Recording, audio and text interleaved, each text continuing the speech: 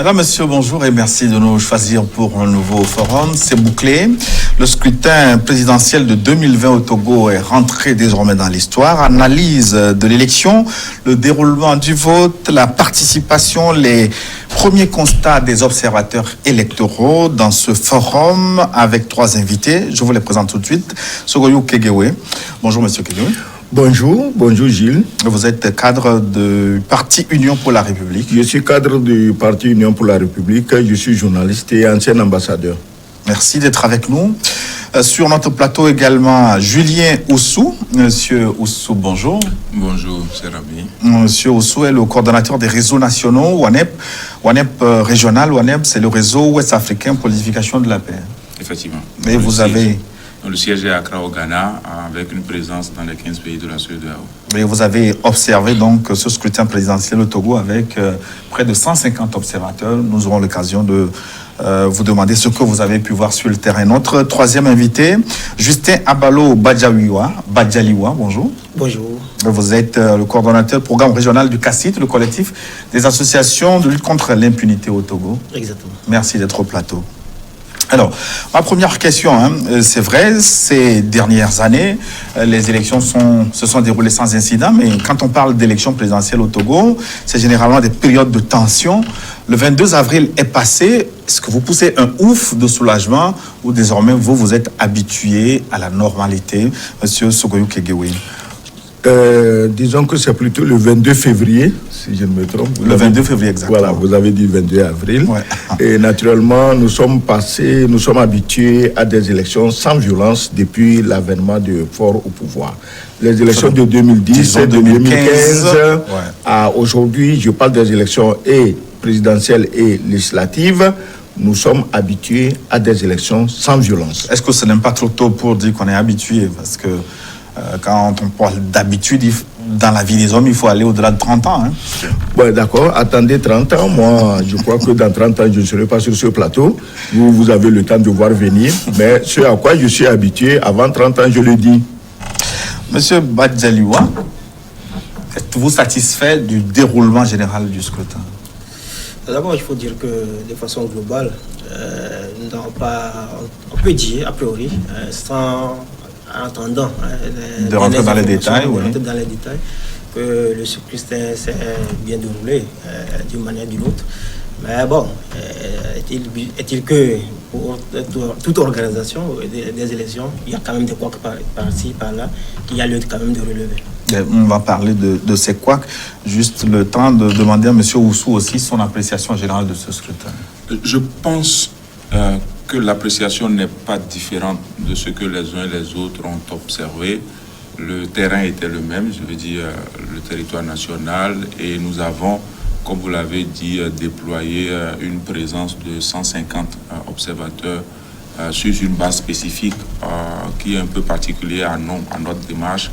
C'est d'abord à l'issue d'une cartographie des zones à risque éventuelles de violence électorale que nous avons déployées pour être présents là où il faut et aider à soutenir le processus. Et donc, globalement, il faut reconnaître que le processus s'est terminé. Aujourd'hui, on circule, c'est un ouf de soulagement parce que les enjeux et les stress que la communauté Afrique de l'Ouest a eu, comme pour tous les pays d'ailleurs, ont été, sont tombés déjà au soir du scrutin et c'est à l'actif.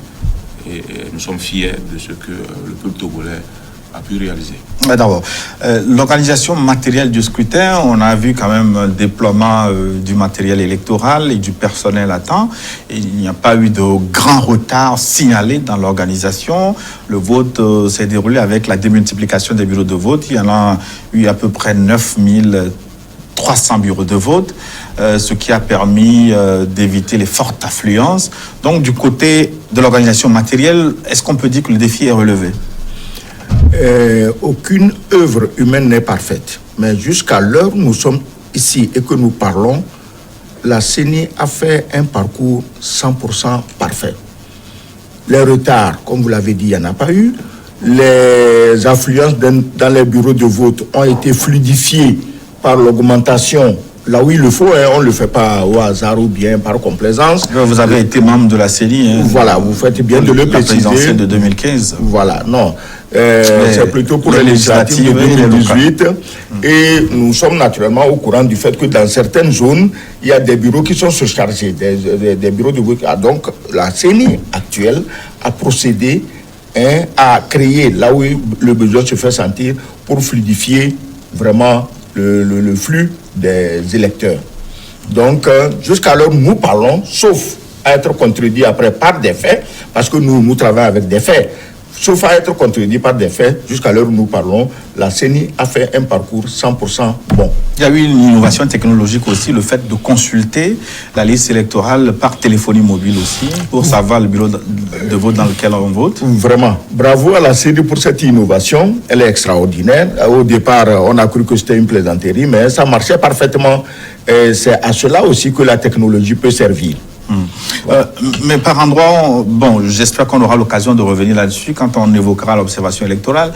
On a parlé de bourrage d'urnes, on a parlé de délégués qui ont été intimidés. Monsieur Badaliwa, sur le terrain, est-ce que certains se sont plaints à vous pour ces... Non, il faut dire que, comme nous l'avons dit hier, mon directeur était sur le plateau de la TVT également.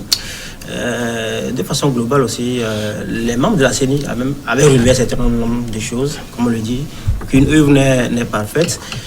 Dans le déroulement, on s'est quand même appesanti que les bureaux de vote ont été ouverts plus ou moins normalement, entre 7 et 8 heures. Contrairement à certaines années, aux années précédentes, où parfois on n'ouvrait pas vite. Ça, c'est un constat aussi à saluer, parce qu'ils ont pris quand même les dispositions idoines pour que les bureaux de vote s'ouvrent très très bien vite. Maintenant, par rapport aux autres éléments, nous pouvons dire que sur le terrain, effectivement, nous avons eu quand même quelques soucis, puisque certains, nous avons déployé, je rappelle que nous avons déployé 200 observateurs. C'est un mécanisme d'alerte précoce qui consiste à déployer 200 observateurs. Parmi ces 200 observateurs, nous avons 15 défenseurs des droits de l'homme qui s'occupent aussi de la situation des défenseurs des droits de l'homme sur le terrain. À côté de ces acteurs, nous avons aussi 15 autres journalistes qui s'occupent un peu des propos relayés par les candidats et les différents acteurs impliqués dans le processus.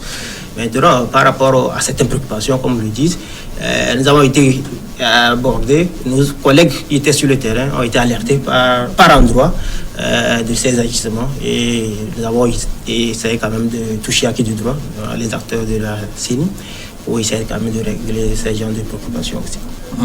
Alors, Monsieur Oussou, vous avez eu l'expérience d'autres élections. Le Bénin a connu récemment donc des élections. Comparé à ce que vous avez vu ici, est-ce que on peut dire que le Togo a fait un pas en avant dans l'organisation des scrutins? Merci. C'est, disons, toute la région ouest-africaine qui fait des pas en matière d'organisation des élections. Et donc, le Togo est dans cette dynamique. Et c'est cela aussi qui fait qu'à chaque élection, il y a ce stress qui s'empare de tout le monde pour éviter qu'on recule, disons, en termes d'organisation. Et comme vous l'avez dit, vous l'avez si bien dit, l'objectif des missions d'observation, c'est un peu ça, être sur le terrain et espérer que par la présence, les uns et les autres vont jouer correctement leur rôle.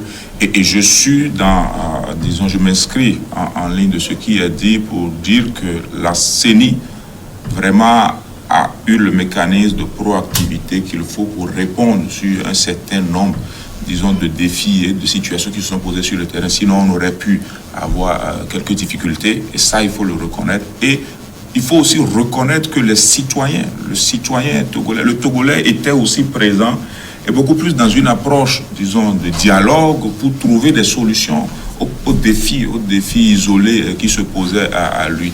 Et donc, globalement, comme on peut se satisfaire, tous ceux qui ont pu mobiliser des observateurs pour descendre sur le terrain, il y a eu un travail qui a été fait. Et quand on sait ce que ça demande comme préparation, un processus électoral, il faut reconnaître le travail abattu par la CENI, par les différents organes impliqués, disons, dans ce processus-là. Ce qui est sûr, et on le dit, il y a eu des aspects ou des éléments sur lesquels on doit pouvoir apprendre, tirer des leçons et voir comment on améliore on consolide le processus. Et de ce point de vue, effectivement, sur la période de la campagne, sur le jour du scrutin, il y a eu quelques éléments, quelques informations qui sont remontées au niveau de notre plateforme, qui aujourd'hui est renseigné environ 1000 rapports que nous avons dans le système sur le déroulement, l'ouverture, la clôture, qui sont comme des rapports de situation ou d'incidents. Et quels sont les couacs majeurs qui sont remontés à votre niveau? Nous nous apprêtons, disons, à rendre public une déclaration préliminaire pour exposer un certain nombre de ces. Mais le plus important, c'est dans le rapport détaillé qu'on les énumérera pour permettre à la CENI d'en prendre connaissance et à elle de regarder comment on y va. Mais globalement, on peut le dire qu'il y a, par exemple, besoin que certains acteurs, disons des bureaux de vote, puissent beaucoup plus s'approprier davantage leur rôle et de façon à ce que les règles puissent être appliquées sans qu'il y ait, disons, parce qu'il y a eu des cas où de petites interruptions, disons, du déroulement ont eu lieu, 5 minutes, 10 minutes, 20 minutes, qui sont remontées. Et c'est aussi dû à la réactivité de ces agents à gérer les questions ou à donner des réponses qui sont rejetés par les représentants de candidats qui sont là. Donc, il y a de ces petits éléments. Et on a eu des situations où,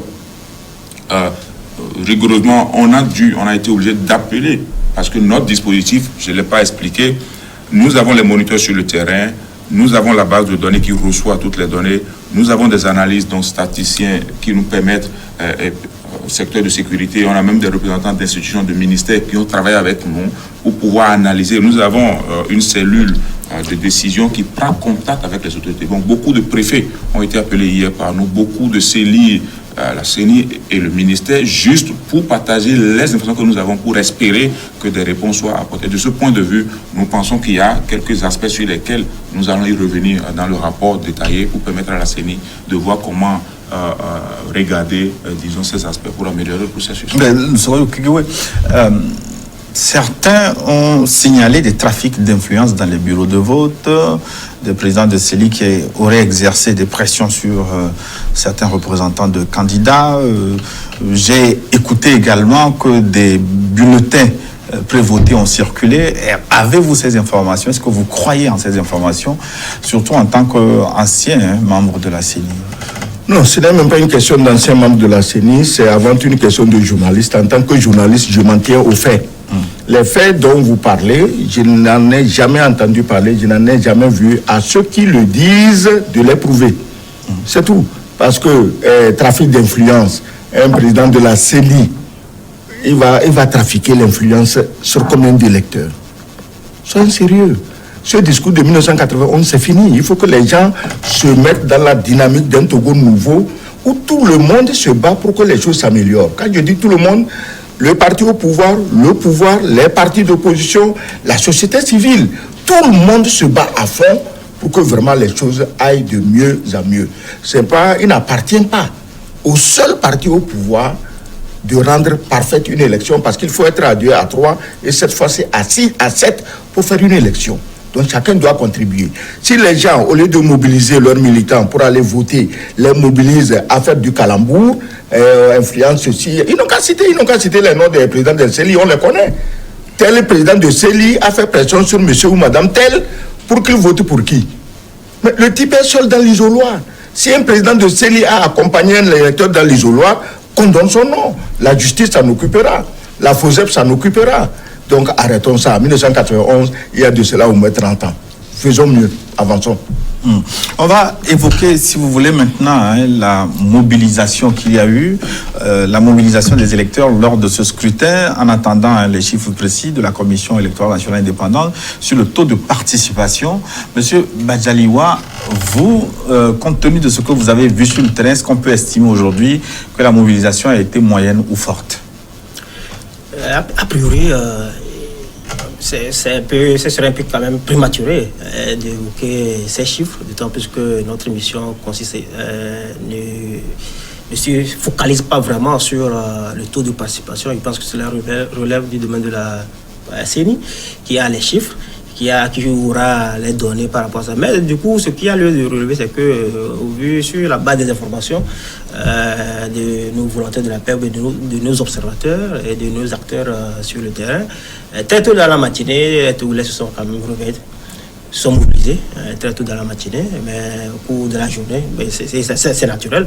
Au cours de la journée, on a quand même constaté aussi un peu de diminution sur le terrain, mais vers 14 à 15 heures, on a encore vu des citoyens alignés pour pouvoir voter. Donc, je pense que c'est cette observation quand même que nous faisons, en attendant quand même de nous focaliser in fine dans le cadre de notre rapport. Je rappelle que le mécanisme que nous avons mis en place depuis 2013, et nous avons cette culture de mettre en place un mécanisme d'alerte précoce qui consiste à observer les cas de violation des droits de l'homme, et d'autant plus qu'en vertu de la déclaration de l'article 21 de la Déclaration universelle des droits de l'homme qui préconise le droit à la participation.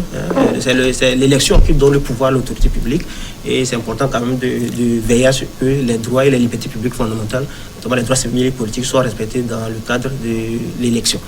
Au-delà de ça, c'est la prévention des conflits que nous essayons quand même de faire pour essayer quand même d'accompagner l'État togolais et, disons, l'État togolais, le Togo tout entier, pour nous prévenir un peu de ces violences. Donc, sur la partie, je rappelle quand même que notre mécanisme dispose de ces observations sur le terrain. Nous avons des analystes qui sont actuellement ils sont au village de le terrain, ils continuent pas à travailler pour compiler les dernières informations pour le rapport. Et au-delà de ces analystes, nous avons aussi une coordination qui n'est pas formée seulement que des acteurs du CACIT, de la direction du CACIT. Nous avons, dans le cadre de cette observation, travaillé avec certaines organisations de la société civile. Il y a au moins 5 ou 6 avec qui nous avons travaillé de concert pour essayer quand même de juguler les préoccupations que nous constatons sur le terrain. Monsieur Oussou, de ce que vous avez vu, est-ce qu'on peut estimer que les Togolais, les électeurs sont sortis nombreux pour accomplir leur devoir civique? On peut estimer qu'ils sont sortis. Ils sont sortis, ça dépend des zones. Il y a des zones où il y a plus d'affluence que d'autres, mais globalement, il faut reconnaître que les Togolais sont allés aux urnes. Dans notre mission et dans notre approche, nous avons même cherché à savoir si les femmes étaient sorties. Vous voyez, il nous est arrivé de constater dans des rangs, dans des zones données, que les femmes étaient au-delà de 50% en termes de contact. Et pour le faire, les observateurs avaient une démarche d'y aller par des pas de 10 dans le rang et de vérifier combien de proportions il y avait en termes de présence de femmes. Et donc, globalement, les Togolais sont sortis. Et cela estime ou exprime le fait qu'il y a une certaine quiétude, même si on a eu beaucoup de stress, les gens s'y sont allés. Et c'est peut-être quelques éléments qui, pour les endroits où ça n'a pas été corrigé, pourraient freiner après. En termes, certains sont arrivés aussi à la dernière minute. Et on a eu des cas signalés où, à certains bureaux, il y a eu comme une possibilité de chercher à fermer avant 16 heures. Vous voyez, et ça peut après déranger en termes de mobilisation, si on projette. Sinon, globalement, il faut le reconnaître, on attend de voir, parce que le dispositif en place n'a pas permis, pour notre mission d'observation, de collecter des chiffres pour apprécier la tendance, mais tout le monde devrait être rassuré quand la CENI dira que la participation était intéressante, parce qu'on l'a vu sur le terrain. Monsieur Kigwe? Moi, je crois que la participation a été bonne. Mais comme le disent les uns et les autres, il vaut mieux attendre les chiffres officiels de participation venant de la CENI et nous apprécierons. Mais effectivement, la participation dans certaines zones a été massive. Je suis heureux que mon collègue parle des femmes. C'est elles, en réalité, qui font les élections dans ce pays. Si quelqu'un se met les femmes à dos, il ne s'en sort pas. Certains se sont amusés durant leur campagne à insulter des femmes et les femmes ne pardonnent pas ça. À leur place, j'aurais vraiment fait mon mea culpa. Il y a eu des injures au cours de la campagne. Des injures qui ne sont pas tombées dans nos oreilles. Pardon? Qui ne sont pas tombées dans nos oreilles. Non, vous savez, répéter une injure, c'est soi-même insulter la personne. Merci. Comment vous expliquez le retard dans la communication des chiffres? J'évoquais tantôt des technologies qui ont été introduites dans le déroulement du vote, par exemple pour consulter son fichier électoral. Comment comprendre que dans ce contexte, qu'on traîne encore à avoir des résultats, aussi bien pour le taux de participation que pour publier les premières tendances? Mais écoutez, monsieur Gilles Boko, les élections, c'est sur tous les territoires, de Saint-Cassé à Lomé. Et l'affaire est tellement sérieuse que je ne vois aucun intérêt dans la précipitation. Le travail sera fait. J'ai appris que la CENI a annoncé les premières tendances lundi. Lundi, c'est demain. Je crois quand même que c'est assez rapide grâce à la technologie. Dans l'ancien temps, on sera encore en train de transporter les urnes pour les amener à Lomé, pour les amener d'abord dans les chefs de région, pour les amener à Lomé. Ça va très, très, très vite à mon avis. Et la technologie a vraiment fonctionné à plein temps. On a vu que dans certains pays, dès la fermeture des bureaux de vote, on annonce déjà des tendances, que ce n'est pas un mécanisme pour couper court à toutes les rumeurs, aux supputations. Est-ce que ce n'est pas une faiblesse à corriger pour les prochaines élections, M. Oussou?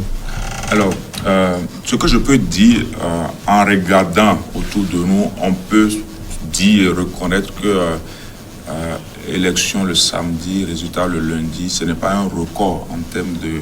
Disons, ce n'est pas un record. On a eu des situations, mais tout dépend aussi du contexte et tout dépend de ce que les règles électorales dans le pays ont prévu. Tout dépend des dispositions légales à prendre pour que les résultats soient là. Et si les acteurs arrivent ou conviennent de ce que le lundi est bon, techniquement et politiquement, on l'attendra. On l'attendra. Peut-être que ça demande une certaine... Mais, comme vous l'avez dit, il y a des mécanismes aujourd'hui, avec leurs forces et faiblesses, des mécanismes pour arriver à avoir les résultats autour de 20h quand on a fermé à 16h. Ça permet rapidement aussi de décrisper la situation plus. Parce que par expérience, en regardant plus les résultats peinent ou prennent du temps à sortir, plus ça relance une autre vague, une autre fièvre, disons, électorale, une autre tension. Et donc ça peut après faire circuler des rumeurs de manipulation, de manipulation. Et c'est pourquoi tout le monde voudrait vite en finir avec, passer le dossier aux organes en charge de confirmer ou de valider les résultats. Et donc, il y a de ce côté-là peut-être un regard à porter. On se dit, nous, en regardant de l'extérieur, que peut-être si le processus ou le mécanisme qui a été supprimé était encore là, peut-être ça aurait pu permettre d'aller plus vite, ou bien le mécanisme maintenant qui va être utilisé qui fait ça. Mais on peut encore dire, lundi, ce n'est pas tard. Il faut apaiser et attendre. Monsieur Kegewé, est-ce que la CENI ne donne pas du grain à moudre à ceux qui pensent à ceux qui disent déjà si les résultats traînent, c'est parce que certains tentent de traficoter? Si la CENI avait donné les réponses, les résultats hier, on aurait dit que c'est des résultats pré-préparés, c'est-à-dire préfabriqués. Soyez sérieux. Même si tous les chiffres tombaient hier, jusqu'à minuit ou plus tard, sur la table de la CENI, il faut calculer, il faut additionner, il faut diviser. Donc c'est un travail. Les techniciens sont là, ils font leur travail. Il vaut mieux perdre un jour et être sûr que ce que nous disons est bon, plutôt que se précipiter et après on est obligé. C'est là quand on se précipite. Et après il y a des erreurs qu'on va dire, bon voilà, ils sont en train de traficoter. Je crois que, comme l'a dit notre ami de la société civile, samedi élu, lundi donné première tendance, c'est très bon. C'est vrai que ce n'est pas un record de rapidité, mais je vais vous dire quelque chose. En avril 2018, j'ai assisté à un séminaire à Abuja sur, disons, l'influence des technologies dans les élections en Afrique. Et quand le Togo a dit que nous, au Togo, du fin fond du pays, Saint-Cassé jusqu'à la capitale, nous avons un réseau téléphonique avec lequel nous pouvons, mais beaucoup de pays ont été agréablement surpris, émerveillés. Et ce n'étaient pas des petits pays. Donc, c'est ça, cette technologie déployée qui fait que de samedi à lundi, la CENI peut donner les premières tendances fiables. Monsieur Mataliwa? Non, je pense que sur cette question, mon collègue aussi a relevé, ce n'est pas forcément un record, mais il faut tout simplement relever que c'est ce qu'il a prévu, c'est ce que le législateur a prévu. Et nous tous, nous aurions souhaité quand même que c'est un processus qui a été enclenché il y a quelques mois, 3-4 mois, et qu'on en finisse rapidement. Mais bon, lorsque le législateur estime quand même qu'il n'a pas encore prévu ces dispositions, on s'en tient à ça. Mais dans l'avenir, je pense que certains rapports aussi, certaines recommandations, les précédentes recommandations avaient quand même préconisé qu'on aille dans ce sens pour que le lendemain ou plus tard, peut-être qu'on ait déjà les résultats, puisque en temps normal, chaque parti politique doit avoir quand même copié des PV pour savoir un peu où est-ce qu'on en est. Et puis bon, il est aussi du devoir, de la responsabilité de la CENI de pouvoir pas aller trop vite, mais de rassurer tout le monde, tous les acteurs, pour qu'il y ait un mot de suspicion autour de la fin du cycle. Il faut dire aussi que certains partis politiques ont appelé au boycott de cette élection, notamment le PNP de Tikpi Tchadam, le Parti des travailleurs. Au vu du déroulement du scrutin, est-ce qu'on peut considérer que ces appels au boycott n'ont pas marché, M. Kegewu? Mais ce dont vous parlez, Parti des travailleurs, c'est qui? Sa femme Parti des Togolais, pardon. Des Togolais. C'est qui même? C'est qui? Non, rappelle-moi son nom, je ne sais même pas de qui vous parlez. Monsieur Olympio Nathanaël. Tu parles. Bon, écoutez, soyons sérieux, parlons sérieusement. Le PNP, Olympio Nathanaël, c'est quoi leur poids électoral? Ils n'ont jamais voulu des élections. C'est des gens qui ne sont intéressés qu'à capter, qu'à braquer le pouvoir sans élection pour aller s'asseoir dans le fauteuil présidentiel. Pourquoi vous amenez leur nom ici? Nous parlons ici de démocratie, nous parlons des partis politiques inscrits dans la démocratie et se battant pour amplifier, pour approfondir cette démocratie au Togo. C'est ensemble que nous le ferons. Ceux qui ont appelé au boycott, mais allez dans leur fief. Au moins PNP, lui, il a un fief. Nathanaël Olympio, son fief est où? Arrêtons d'amuser la galerie. C'est des gens, ils vont dans les hôtels en France, partout, ils font du boucan, sans que les gens qui les écoutent en France sachent que chez eux, dans leur quartier, on ne les connaît pas. Dans leur maison, on ne voterait pas pour eux. Au moins, PNP a une base électorale, mais quand les chiffres viendront, nous verrons dans le fief du PNP, le fief supposé d'ailleurs, dans le fief supposé du PNP, nous verrons les chiffres et on verra si son appel au boycott a été efficace ou non. Écoutez, les Togolais sont fatigués. La politique des prédicateur, des illusionnistes, je promets tout, je fais tout, tout est faisable. C'est fini, on a ça derrière nous. Ceux qui font ces promesses, ils sont où? Ils sont où? Qui les a chassés du Togo? Il n'y a même pas une enquête ou quelque chose qui est enclenché contre eux. Mais ils sont où? Donc, ça va. La politique de 1991, je vous dis, c'est fini. La politique des Kodjoura à la conférence nationale, c'est fini. Les Togolais ont compris, nous avançons ensemble. On va aborder le dernier volet de cette émission, l'observation électorale. Il y a eu beaucoup d'observateurs nationaux et internationaux qui ont scruté cette présidentielle. Avant de revenir sur ce plateau, on va suivre un élément.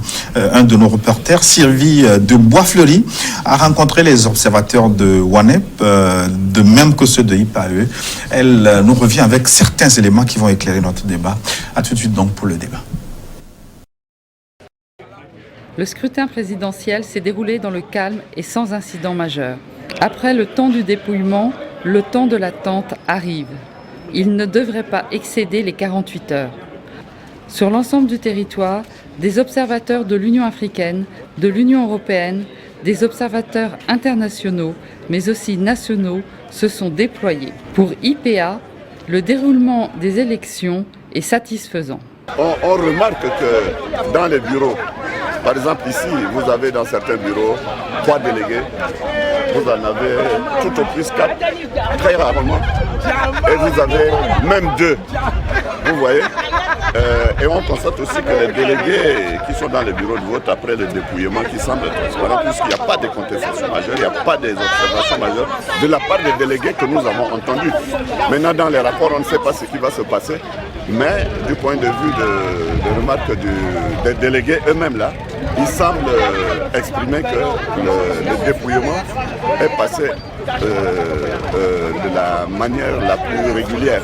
Le travail des observateurs doivent permettre de porter une réflexion sur le code électoral en évaluant les réalités du terrain. Et pour construire un climat de paix, les réseaux comme WANEP sont essentiels comme lanceurs d'alerte, mais aussi comme porteurs de solutions. Pour eux, le travail de collecte, d'analyse et de décision continue. À mi-chemin, quelle analyse peuvent-ils apporter?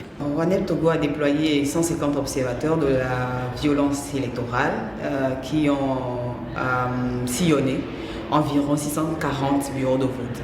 De notre côté, avec la salle de coordination que nous avons mise en place, qui nous permet d'alerter et d'activer la réponse, nous avons environ une trentaine de cas que nous avons gérés et dont au moins 60%, 70% ont été réglés.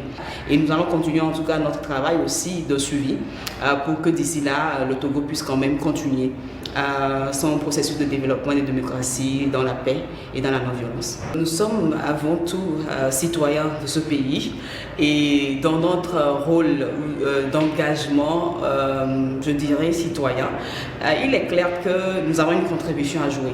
Les acteurs étatiques, certainement, font une partie du travail. Les organisations internationales, oui, font également une partie. Mais nous, des acteurs de la société civile au niveau local, forcément, nous devons jouer notre partition, qui est celle-là d'apporter une solution, d'apporter des réponses au regard de nos compétences, de notre expertise. Et nous sommes dans l'édification de la paix et dans l'analyse, dans la proposition de solutions et des fois même dans la mise en œuvre de certaines solutions parce que oui, parfois, nous avons la capacité de pouvoir résoudre certains problèmes. Le travail des observateurs n'est pas encore terminé. Ils doivent rester proactifs face à des crises éventuelles.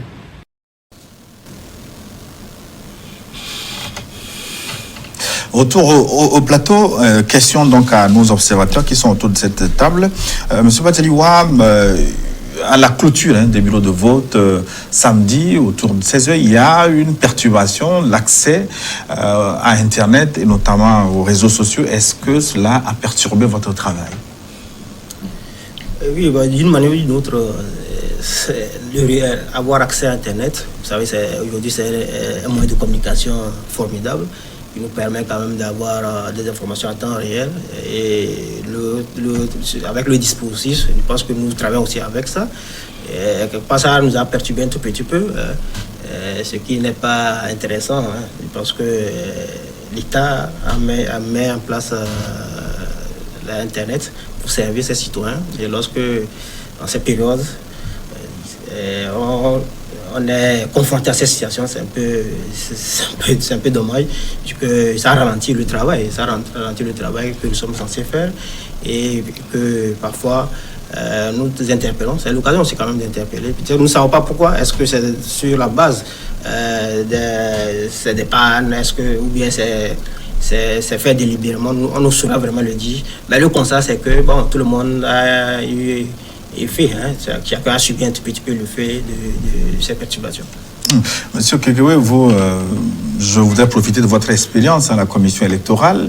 Est-ce que c'est vous qui donnez les consignes pour ces restrictions d'accès à Internet ou il s'agit de pannes curieuses qui ne surviennent que lors de la centralisation nous ne donnons pas de consignes. 2, il n'y a pas de panne curieuse. Je m'explique. Hier à 19h30, j'ai commencé à 19h jusqu'à 20h, je menais un débat par WhatsApp sur un site, droit de réponse. Vous pouvez vérifier avec M. Madi Diabaté que nous avons échangé et on faisait du vocal. C'est un. Après, il y a eu une baisse d'Internet. Personne n'a coupé l'Internet pour la simple raison qu'on est plutôt dans un phénomène de saturation. Moi, avant de venir ici, j'ai pris le soin de poser la question à un ingénieur pointu. Je dis, mais un ingénieur pointu des télécoms. Il m'a dit non, vous avez été victime d'un effet de saturation parce que si les installations de Togocel ou de Togo Télécom sont calibrées pour gérer 1 million d'appels à la fois, en temps normal, au Togo, il n'y a pas 1 million de personnes à la fois qui sont en train de naviguer ou de faire WhatsApp. Mais hier, on se retrouve pratiquement dans le schéma où peut-être c'est 1,5 million ou 2 millions de personnes qui sont sur WhatsApp parce qu'ils veulent suivre les événements. Dans ce dépassement technique, pourquoi voulez-vous imputer ça à la CENI ou bien à qui ou bien à quoi? Quel intérêt nous avons? Personne n'a d'intérêt. Donc il y a une saturation, un effet de saturation que tout bon ingénieur, tout bon technicien vous expliquerait. Donc il faut quelquefois lors des périodes de fête aussi qu'il y ait ces... Et voilà, ça arrive lors des périodes de fête, même les simples dimanches, les dimanches où le coût des appels est, disons, plus bas, chez Togocel, par exemple, les dimanches soirs, il est impossible de joindre quelqu'un au téléphone. Mais sauf que ça se fait délibérément aussi dans certains pays. Au Bénin, en RDC, lors des dernières élections, on a connu ces restrictions d'accès à Internet, ce qui a été dénoncé par... Ce n'est pas le cas au Togo. C'est pas vraiment là. On a connu des élections où Internet a été coupé. Au Bénin, RDC, il n'y a pas de problème, je ne suis pas là-bas. Oui, mais au Togo, on a connu des élections où Internet a été coupé également. Monsieur Rousseau. Alors, vous avez parfaitement raison. C'est une tendance un peu, disons, déplorable dans la région où aujourd'hui, dans beaucoup de pays africains, où les jours de scrutin, on a l'impression que la communication Internet et même téléphonique soit coupée. J'étais allé pour une mission en RDC et le jour, tout le dispositif était basé sur la téléphonie et sur l'Internet et ça a été coupé.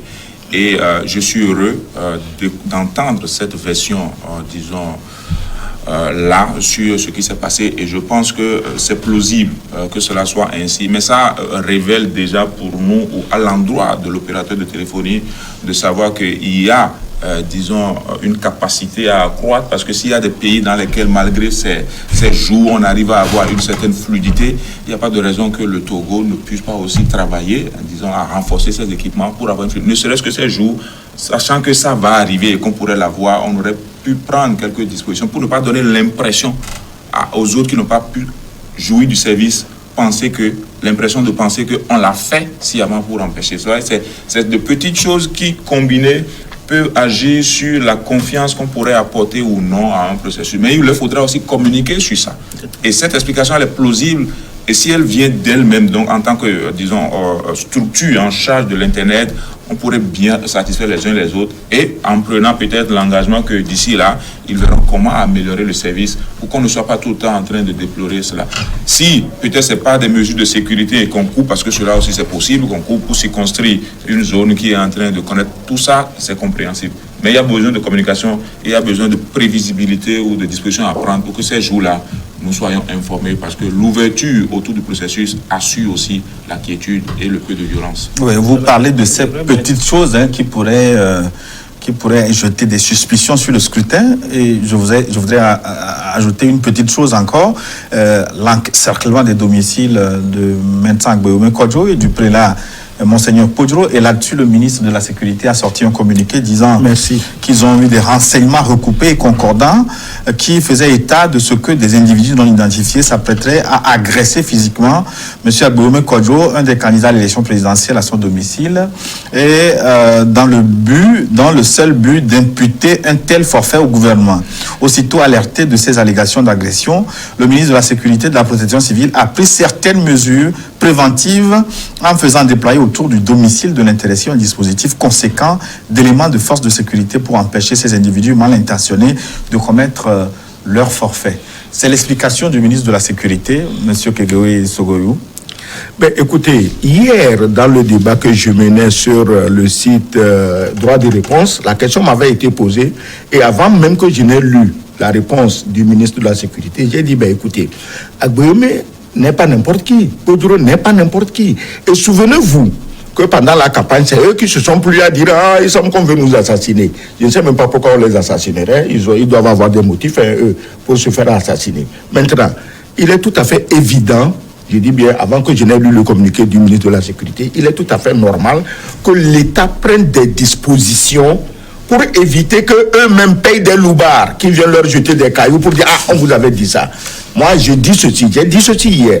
Je préfère entendre qu'il y a des gendarmes autour de la maison d'Agboyome Kodjo et de Podro, plutôt qu'il y ait des loubards, des inconnus, des incontrôlés, qui vont créer des problèmes, sachant qu'automatiquement, on va mettre ça sur le dos du gouvernement. Oui, mais le si gouvernement n'est plus dans ces est-ce amusements. que ce n'était pas simple d'avertir Agboyome Kodjo et sa famille qu'il y avait un dispositif de ce genre pour éviter que les gens confondent sécurité La déclaration du ministre n'est pas sûrement allée dans tous les détails. Si on les a avertis, on ne t'a pas dit ça, on ne m'a pas dit ça. Dans tous les cas, si on ne les a pas avertis et ils ont constaté et que cela, à eux personnellement et à leur famille, n'a apporté aucun désagrément, il n'y a pas de problème. La FOSEP tout le long du processus, a fait un travail extraordinaire. C'est des gens très bien formés qui ont vraiment fait usage de leurs connaissances pour faire le travail dans la paix. La même faisait qu'aujourd'hui, s'il faut, protéger un candidat sur la base d'informations, pas de rumeurs, elle a le droit d'agir avant même d'avertir le protégé. Parce qu'il faut que le protégé soit vivant avant qu'on l'avertisse de ce qui arrive. Voilà. Monsieur Bazaliwa? Oui, effectivement, sur cet aspect, hier aussi, nous avons eu ces allégations et puis nous sommes transportés sur les lieux aussi. Nous avons constaté effectivement un dispositif sécuritaire dans la zone de Aguiomé. Mais chez Podjo, ce qui nous a surpris, c'est un dispositif militaire.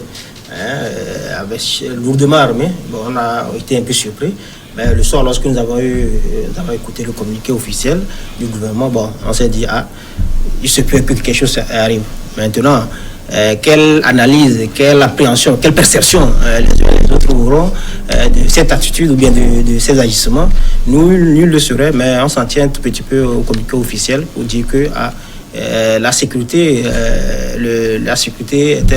c'est très important quand même qu'on assure la sécurité des personnalités. Encore que ce n'étaient pas tous les candidats qui étaient qui ont eu la chance d'être sécurisés dans ce sens. Est-ce qu'il n'y a pas une discrimination? Pourquoi ce sont ces deux acteurs? C'est là aussi on s'interroge. Le Togolais lambda s'interroge, leurs partisans peuvent s'interroger, les autres acteurs peuvent s'interroger. Mais pourquoi ce sont ces deux acteurs seulement qu'on veut apporter à tête? Est-ce qu'ils constituent des menaces? Nul ne saurait le dire. Oui. Mais on s'en tient un peu. Les prochains jours vont nous éclairer. Exactement. Alors, monsieur Oussou, on va terminer. Donc, ces incidents, vous les considérez comme mineurs, pas de nature à entacher la crédibilité du scrutin, comme vous aimez le dire souvent pour les observateurs? Je ne risque pas de répéter votre phrase, mais vous savez, il y a ce que tout le monde peut considérer comme étant de nature à véritablement et fondamentalement changer la réalité qui devrait être ou ce qu'on devrait attendre. Et c'est ça qu'on va appeler majeur. C'est-à-dire que si quelque chose était arrivé et que toute la moitié du pays n'a pas pu voter, il y a un go ou je ne sais pas. Mais tout ce qu'on a eu, et c'est ça je dis, nous on a été impressionnés par la capacité des Togolais, des représentants dans les bureaux de vote à rechercher des solutions, à les appliquer et à continuer. Et donc de ce point de vue, il y a des incidents sur lesquels vous allez voir, nous dans nos records, c'est mis, disons, clos. Et donc, techniquement, aujourd'hui, on n'a pas enregistré de mort, on n'a pas enregistré... La seule personne blessée que nous avons retrouvée dans notre base et qui, c'est la dame qui, voulant juste regarder la liste d'affichage telle que c'était positionné, elle a glissé de la véranda où elle est tombée et s'est blessée. Et la Croix-Rouge était là pour prendre, disons, cela en convoi. Donc, il y a de ces cas que nous avons eus, mais nous ne pensons pas que cela puisse remettre en cause. Bien entendu, en regardant maintenant les rapports, les PV, peut-être qu'il y a des revendications qui sont là-bas qui peuvent invalider ou recorriger tel ou tel, ou pour regarder tel ou tel. Mais globalement, il faut se féliciter du travail qui a été fait, sinon c'est ne pas reconnaître, disons, toute la charge du travail qui a été abattue pour arriver à ce résultat. Merci, on va s'arrêter là. On va marquer une pause pour une édition de journal. Nous nous retrouvons dans une dizaine de minutes pour la seconde partie de New World Forum. À tout de suite.